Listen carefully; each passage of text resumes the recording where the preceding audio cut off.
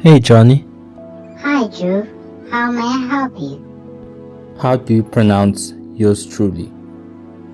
Yours truly. Yours truly. Yours truly. Yours truly. Please play Remember by yours truly. Now playing Remember by yours truly. What you want and you'll find it. How the pressure that keeps building on your heart, you need to let it go. Relieve those burdens so you can grow. And know the pain you feel, and you'll get through it. Love, pain, pressure. Love, pain, pressure. Love, pain. So welcome to another episode of The Breakdown. As you saw in the previous episode, I was interviewing Owami, but it couldn't come through, but it came through today. And we're going to be talking about him behind the vocals, being the guy behind all these favorite artists. And when I talk about favorite artists, all types of artists, dope underground artists, big commercial artists, artists in between, artists that are just starting out their careers. Like, this guy has been there, in the trenches, and with the bling and all that shit. I think, bro, like out of all my guests so far, I think you're the one who has the biggest CV. Like, they have accomplished a lot, and they have more of the fanfare, more famous things, but you have the biggest CV out of all of them. And is that just the life, life of a artist producer?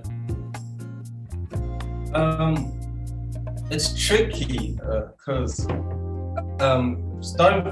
working from a producer, being an artist, the road is way different from an artist just being an artist. You know what I mean? Yeah. The best way to put it is it's whatever road is set out for you as a producer, and whatever goal you have, you just have to focus on that goal.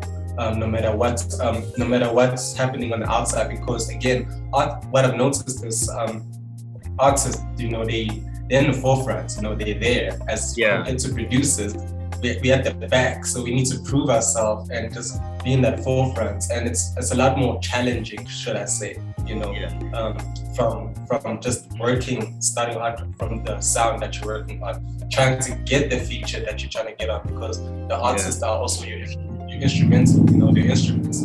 I just decided to try and be both, I'd just be a full package in terms of a full artist. I had to start from being a producer just to understand how things work, just to understand different languages.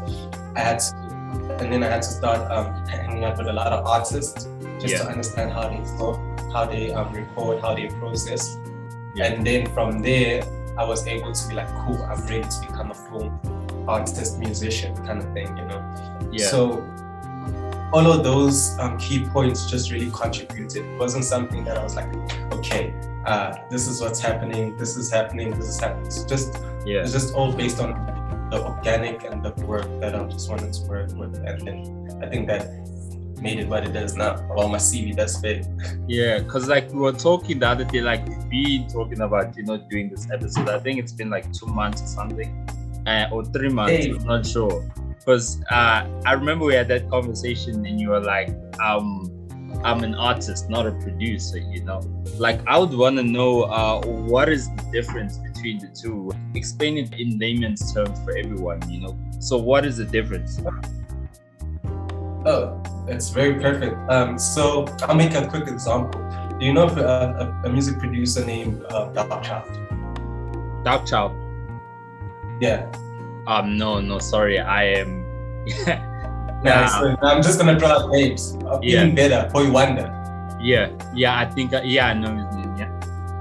Now I'm calling out Boy Wonder, T-, like all of those. So I'm just gonna call out Boy Wonder, T-, Girl Wonder, Ninth Wonder. I'm just calling out names. So all of those names that I call out, would you consider them artists or would you consider them producers? Since I don't know them, I don't think I'll be. No, okay. Which producer would you know? Like, for me to I example. think we talked about Nada. That's the person that we talked about last time, and I agree that I regard them as an artist, you know. And also Tom Mish, you know, I think I regard him as an artist. Would he be a good example too? Those are two perfect examples. I'm just trying to find a producer example, because like I can't even say Timberland because he's an artist as well. He's released albums as well. So I'm just trying to find a producer like who's his name? Ooh, it's tricky. But basically, a producer is just someone in the back, you know, someone who's really just who's trying to enhance the artist's vision sonically, you know. And then an artist is everything in both. In my case, let's say we spoke about like Nada. You went from producer to an artist kind of thing, you know. As an artist, now you're releasing your own material. Like I mentioned, I use other artists as my instrumental in terms of vocals because I can't sing, you know. But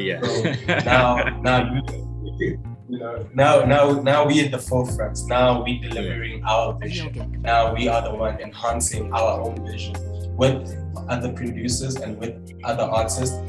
But you know, that's the main goal. So I believe an artist as just a person who's in the forefront. In terms of my case, who's in the forefront, enhancing their own vision, but with other people to help contribute to the mission. And the producer is just someone at the back, you know, who's enhancing from the back, you know, like London on the track. Everybody knows London on the track. He's a producer. You know what I mean? He's a superstar. A superstar producer. You know? Compared to Metro Boomin. Metro Boomin started off as a producer, but then became an artist as soon as he started releasing things under his own name and enhancing his own vision sonically and lyrically with other artists as well.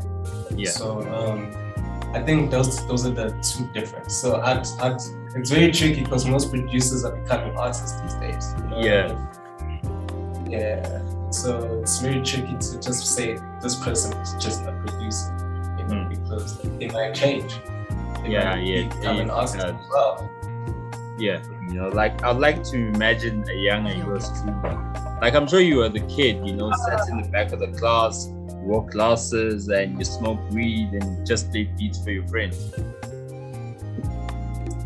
The younger me, bro. The younger me, honestly, I was moving around a lot, so I didn't have time to really figure out who I was until maybe 2008. I was like, I found because it was just me and my mom's, you know what I mean? So we used to I used to go to different primary schools every year because our work required that. She used to travel a lot. So now imagine you going to different schools and different energy. So when we have time to really figure out who you are, you know what I mean? So then, only discovered just the seed of who I am, like probably 2008, because I think we still discovering myself. But you continue. And the music thing, the music thing really just came in like 2011, 2012. Oh yeah? And I wasn't even serious back then. So. Maybe in my case, I started off because I wanted to show off, you know, that guys I can sing. I can probably sing better than a lot of you guys here. And then secondly, just to get the girls. With no auto-tune. With no auto-tune, definitely. I used to pride myself in that. At the time that you started, you know, like right now, piano is dominating, right? At the time that you were starting, it was more Afro soul, Afro pop, you know, just coming through. And then also deep house was there. House, you know, has always been big. And then there was hip hop. Like at that time, hip hop was really, really growing. How did you spend most of your time doing R&B? You know, because like it's Hunger Games out here, bro. My music always started from my parents, bro. Those are my roots. So they used to listen to a whole lot of 90s, 80s, 90s R&B. So hence why I mentioned your Timberlands, your Aliyahs, your Missy Elliott's, your SWBs, the 80s, the 70s. So all of that, and just living around that, it really built up into something. And then on top of that, I'm exposed to hip hop. So it's like, so while moving a lot, the only thing I had was music. So I was able to literally live my own world, just discovering different types of sound and feel. And then once I discovered R&B, because I used to produce hip hop and trap beats. You know, that's how I started out. Yeah. So I used to produce like hip hop and trap beats, and I was like, nah, I'm not feeling it. And then I had to rediscover myself, and then I was like, well, R&B, neo soul, that's my thing. And in terms of that's my thing, it means that I'm studying the 90s again. I'm studying the 80s. That's where all the creation, really started. Like, you know what I mean? Like it really started. Of course, people took the blueprints and built on it, and hence what I'm doing. But like, that's my core. That's when you're talking about CV, I want people to look at my CV and just be like, okay, because I'm not really focused on what's going around sonically outside, because every genre has its own consumers, you know what I mean? Yeah. So if I'm a genre is dominating, it's dominating, but I'm still just focused on where I am. I'm just focused on just growing and building. Because I want to ask about that. Are you ever gonna dabble into piano? Are you ever gonna try to do it? I'll probably do it on like in my room alone, where no one will ever hear it. But like my focus right now is my genre. So it's like asking, do you think D'Angelo will hop on a trap beat? I don't see it ever coming. But what he did was he took his blueprints and he grew from it. He extracted, you know what I mean, and grew his sound, his cool thing. So maybe he extracted a Spanish guitar thing, but that Spanish guitar had jazz or R&B chords on it. You know what I mean? So that's where I'm at personally. Of course, I'm gonna dabble here and there. Maybe I like in the back where no one really, can hear. Or if you hear it, then hey, why not? Or if I post it one day, why not? But I'm just really focused on the genre, musically, sonically, just trying to build from what it is now to where it's gonna go.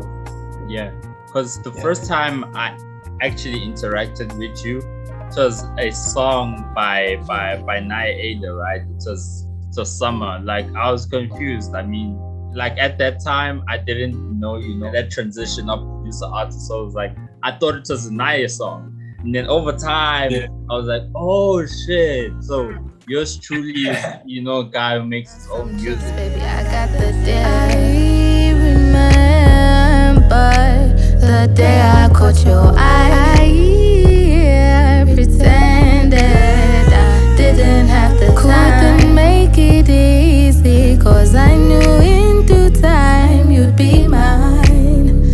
So we had time. I just want to make our whole lives feel like someone.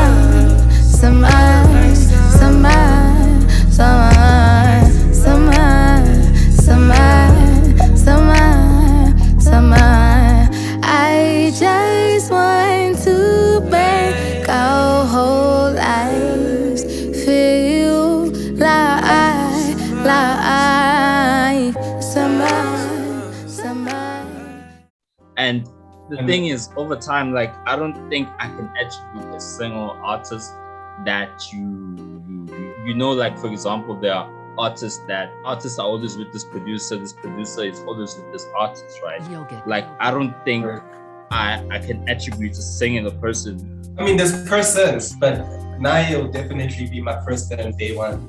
So if you ever need something, I'm hopping on the computer there, and then she's one of the first artists to really hop on. Like she didn't know me, like the first time we connected, she didn't know me. You know? I got her the details and I asked her to collab, and I sent her the first beats. And she heard it and she was like, bro, let's work. Got into studio, and she just believed in me there and then. And I think that's when we started effing with each other. I don't know if I'm not allowed to curse, but they started effing with each other, and so definitely Naye, and then it's like a group. So it's like Naye, Jordan, Baker, Amu. Oh yeah. Foreign. Most of these people are people that are grouped together. These are 2016. This is 2016, 2017 people. You know what I mean? Yo, if I'm missing anyone and they see this interview, those are the 4 people that I continually work with, and we literally, if you really pay attention to all our songs.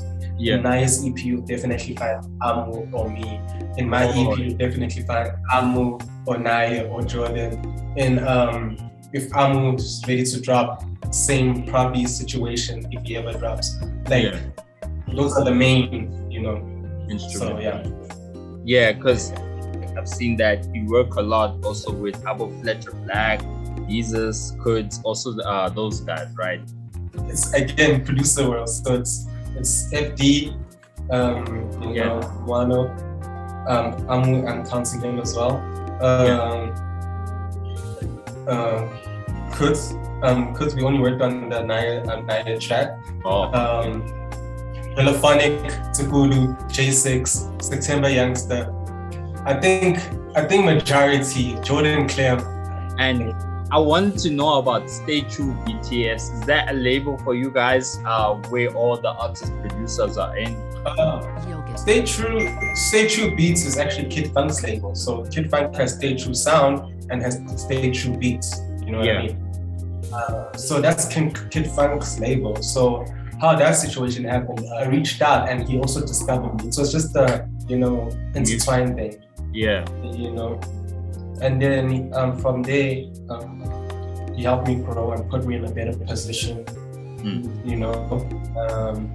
then I was able to release 2 great projects under his label.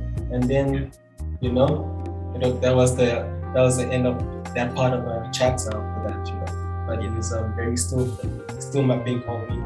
Yeah. I really appreciate it. I always thank him every time. You know what I mean? Even if when he plays my songs on his radio shows, he doesn't really have to do that, but he still does that because, just the love of the music and the love of the relationship. And I say love the music first because that's how we discovered each other in the relationship. And one thing I've noticed, bro, is that you're not afraid to really go for what you want. It doesn't matter if there's one person that you can get into your halls or there's 50. But you will push for what you want. Whenever I go into meet my friends, the nigga is there. It's almost like your show, dog.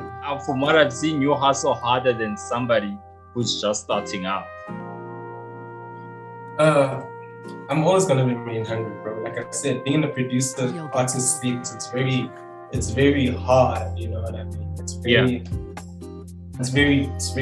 challenging. Let me not say hard. It's a beautiful struggle.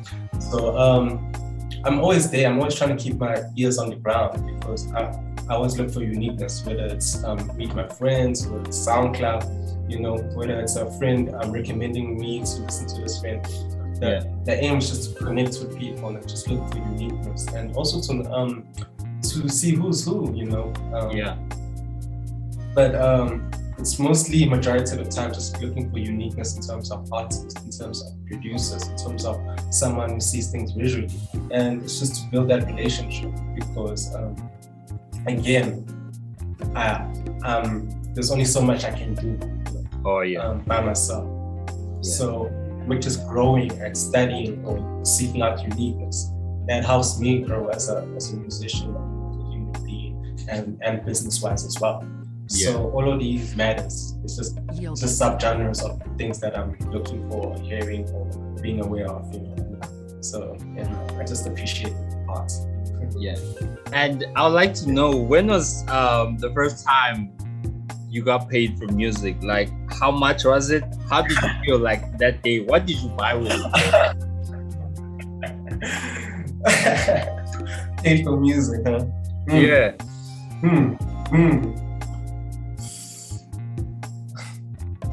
You know what, bro? I don't think I have been paid for my music. To be like, I'm gonna be honest with you. Maybe I could say selling beat when I was making hip hop and trap, but then I don't want to count that era because it's even under another name.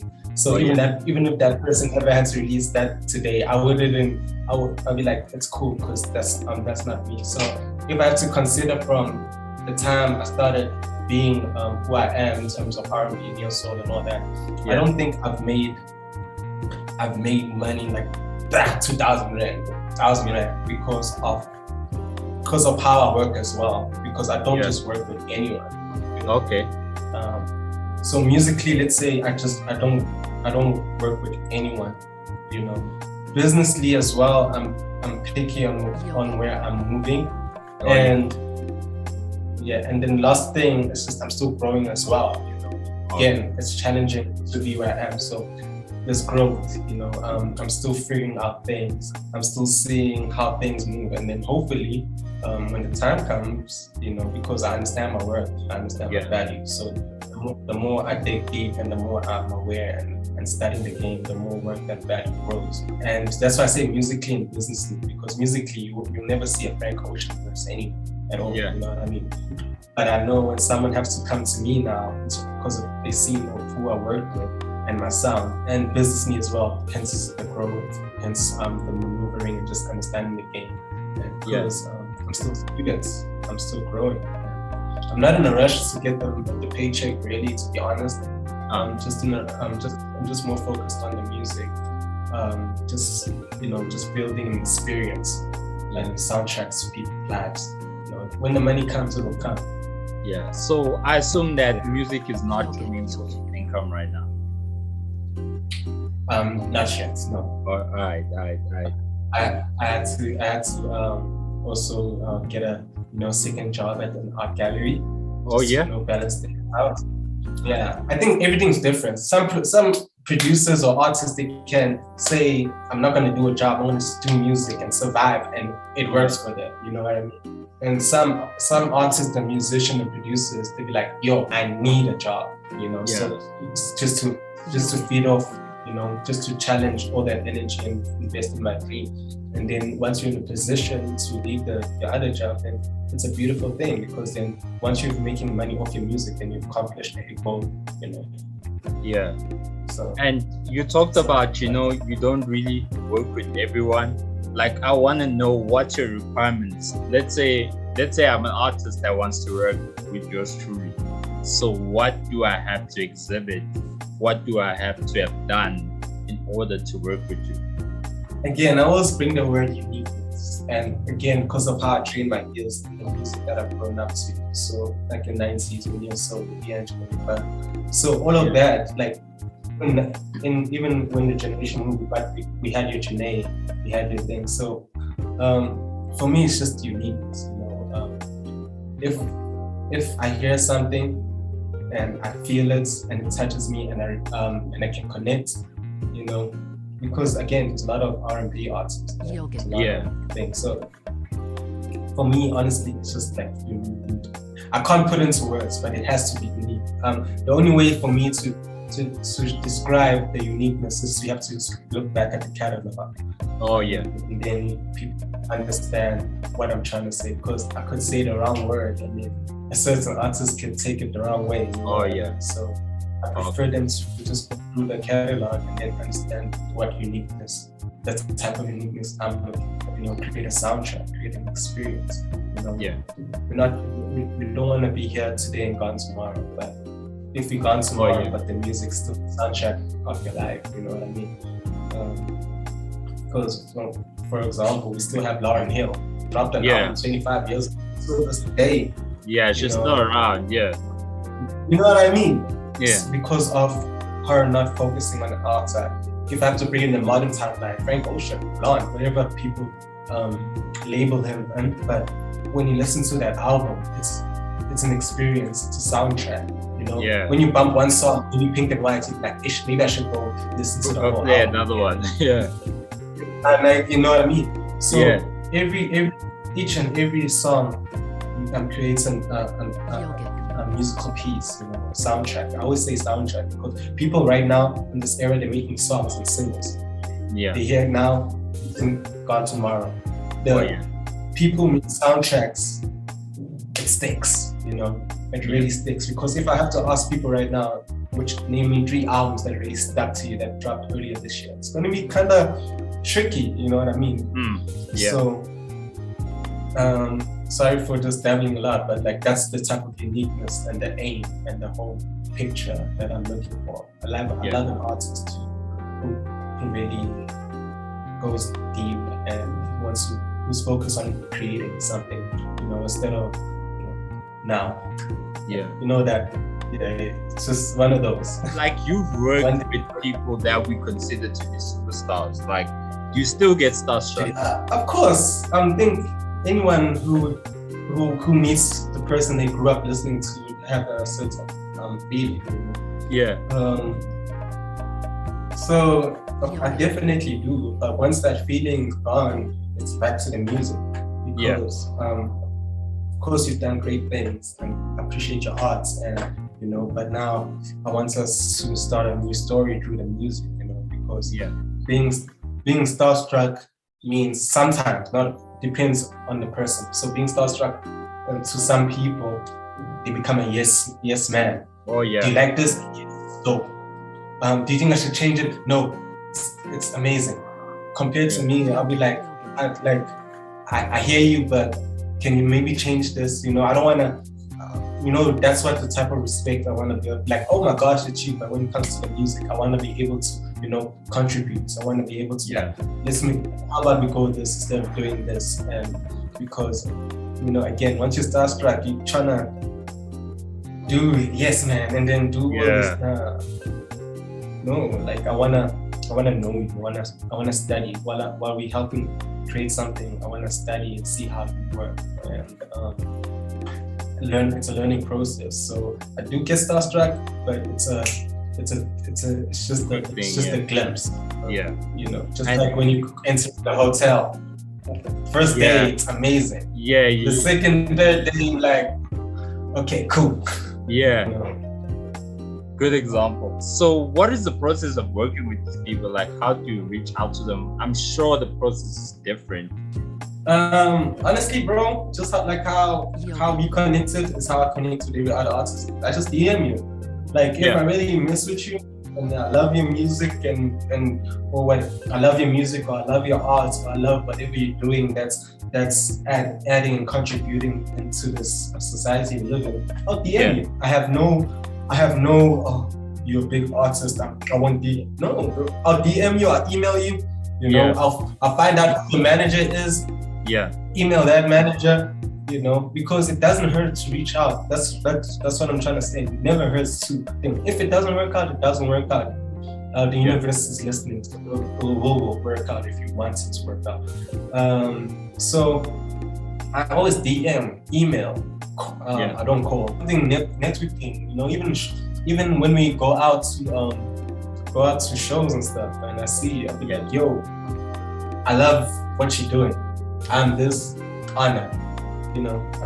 So it's just me going out and just putting myself there. And that's how it. And at this point of your career, do you think that you've arrived? Do you think you're close to arriving?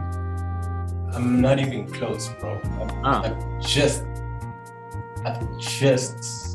feel like I've just started. I'm not even close. I feel like I've just started. I'm happy for my growth. I'm happy for the successes that I've had. But in terms of where I'm putting myself and the pedestal it is, I've just grazed just the sand.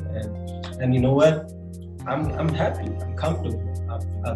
I'm aware of my surroundings. I'm aware of where I am. I'm always trying to be grateful. I've seen people go.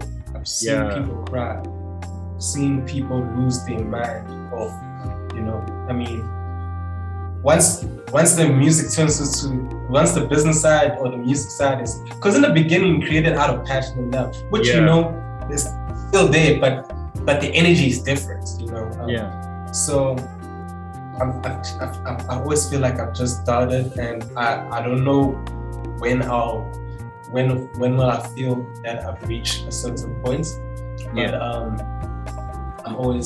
like I said, I always use this. I'm always a student. No matter even if you just started out and I hear you, for example, I'm gonna come at you as if I just started out. You know what I mean? I always feel like I haven't reached where I want to reach. Maybe next year, it'll be different. No, actually, I take that back. Next year will be different. Definitely. Proclaim it. Yeah, for sure. So, bro, I'm not in a rush, bro. Have you seen in South Africa when the artist like pops off, and then after a year or two, it's like they there, but the energy is not the same. I want to still grow. You know what I mean? I want to, you know, even if I do get signed, I'll be like, yo, I'm gonna grow. I'm not in a rush too. You know? Okay, so I just started out. So, have you been in a situation where, like, let's say you worked with somebody and maybe you worked on a project and then you weren't credited or you weren't paid for something? Because we hear the stories a lot of the time. Do you remember the Marco incident plus the time when PH had an outburst, you know, on the socials and shit, and you know there was that long IGTV video? How do you feel about what they're saying? Have you experienced that? What do you think about that situation, and how could it be remedied?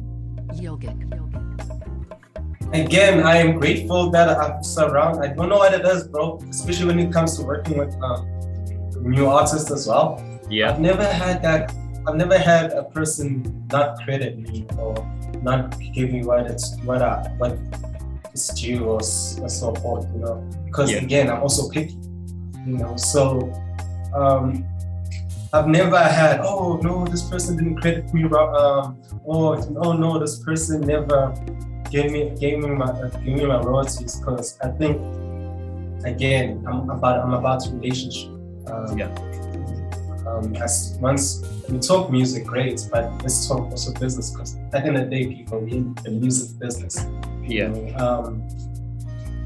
After the music business is talked and done, let's create great music. Let's understand where we are, because once we set the blueprints and we set the goal, we can accomplish it. I've never had any person not give me what I owe. I don't think I had a bad royalty or not credited situation. Because maybe, for example, right now, people in Spotify, people can see you create a thing, right? But like, let's say we made a song in 2017, 18, like, and we didn't know about that. We learned it. So I won't hold someone against me like, oh my gosh. Like, for example, Naye Mercury. It doesn't have my thing there, but like we still learn. We didn't know about that until like you know now. She made sure she credited me, and we all know who produced the song. You know, she made sure properties and stuff. You know what I mean? Are you ready? I'm a woman. I'm a woman. I'm a woman. I'm a woman. I'm a woman. I'm a woman. I'm a woman. I wanna be touched and wined and dined in lavender. I wanna feel colors, stars are my design. That's my departure. I'm a woman, not your fan. I'm a woman, so I choose to understand you need a woman to put some butter on your hands, to make you understand forgiveness is the premise and the feeling. A woman who can take a stand, a woman who can make you feel that you're a man. You need a woman to give the kiss so you can land with the bags. A woman with the bags, yeah.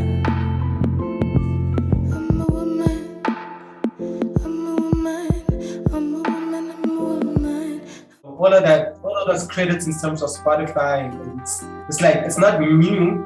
It's just that we're slow to be educated about it. Say that. Oh. You know, So I wouldn't actually hold someone against that. So, but definitely now from last year, if I don't see my last Spotify thing, we having problems, bro. Yeah. Bring out the lawyers. 500K. Bro. we having problems, man. Yeah, because again, work together. I'm not. Most of the artists that I work with, they don't pay. You know what I mean? Yeah. It's never been that, yo, you pay me. It's always been from a relationship kind of thing.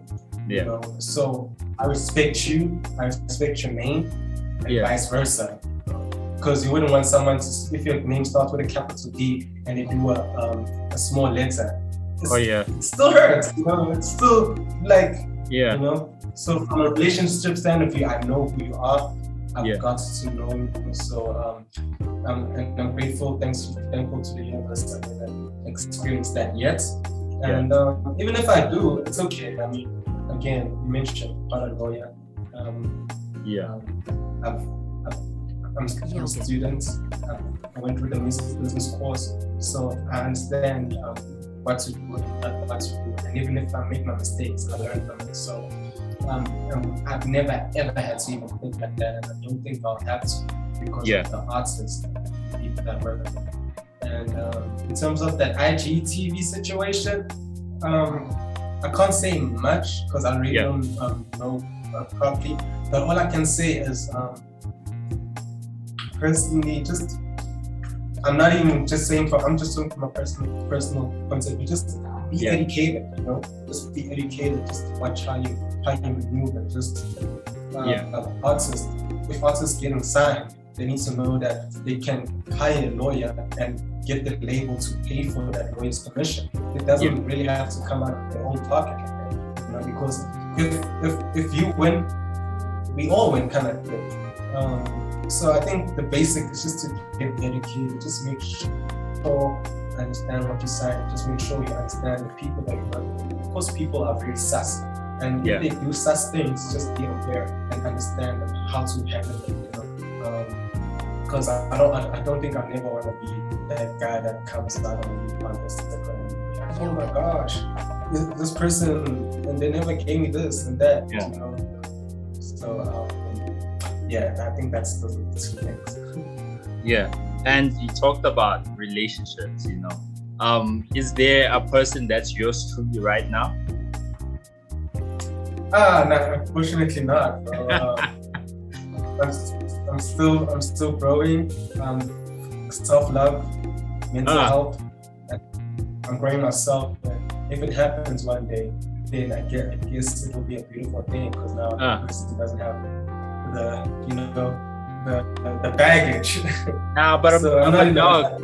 I'm sure you get hundreds of DMs every day, dog. I'm sure. Not even. I'm just I think because of the phase and where I am in life, you know, if people really, like the real people really know my life, you understand where I come from and what I've been through. So when I grew up, I had to grow up quick. I had to after the matric, I literally left home and lived home, like I was independent, you know what I mean? Right after matric. So from there, I've really processed. I really lived that life, if you should say. I really had my fun. I really experienced what I need to experience. Then once I've experienced it, of course I haven't experienced it all, but now I know what I'm comfortable with. So in terms of relationship and where I am at my age, I need something that's, that's real now. I don't have the capacity no more to be no, that's because I think the majority of the humans have all been there, done that, So once you know what you want and once you've been there, done that, and you can always been there, done that so many times, but something real is very eternal. Something it's very, very, and so I'm not in a rush, hence why I always say mental health, self-love, because I know what I want now. I know where I'm going. I mean, when that kicks in, then boom. And in DMs, man, I could always say, hey sis, you know what I mean? unless again, it's a connection, something to vibe, and, so not yet. Yeah. And I think this is my favorite question. What is your idea of success? You know what? It's tricky for me to answer because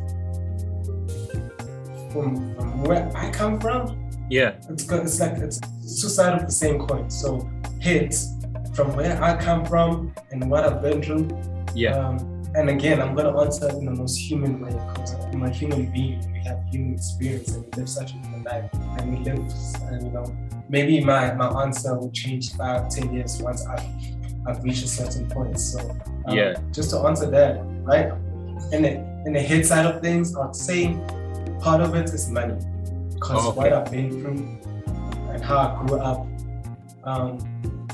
money really can make things happen. Change. It can really change and it can add to the happiness. And then if I flip a coin, it's obviously, that's why I said add to the happiness, which is equals to Taylor's happiness, and happy seeing the people around me happy, me being happy, me being able to see a therapy anytime I want. And, that's my happiness. That's just contributing. So my happiness is all about self-love, self-growth, people around me happy, because that's when the energy multiplies. And those are the two things. So heads could say money because it adds to the happiness, and the tail is happiness, which is you and the people around you. Because nothing makes me happy if I can just give my grandmother what she always wanted. The money contributed to the happiness, but I got it for her, which is the happiness. Because you know what I mean? So it's definitely two sides of the same coin, and that's a human thing. And it's okay. And so next year, are you busy with 2 EPs? Because I think I saw somewhere where you said that, and you are busy with a joint project with Naye, right? That's gonna drop next year. Okay, where do I start? Okay, let me focus on this one. We got Alisha, Rosa. So it's dropping this year. She's dropping a single. So I don't know when this interview is gonna come out, but she's dropping on the 12th of November, which is for us this Friday.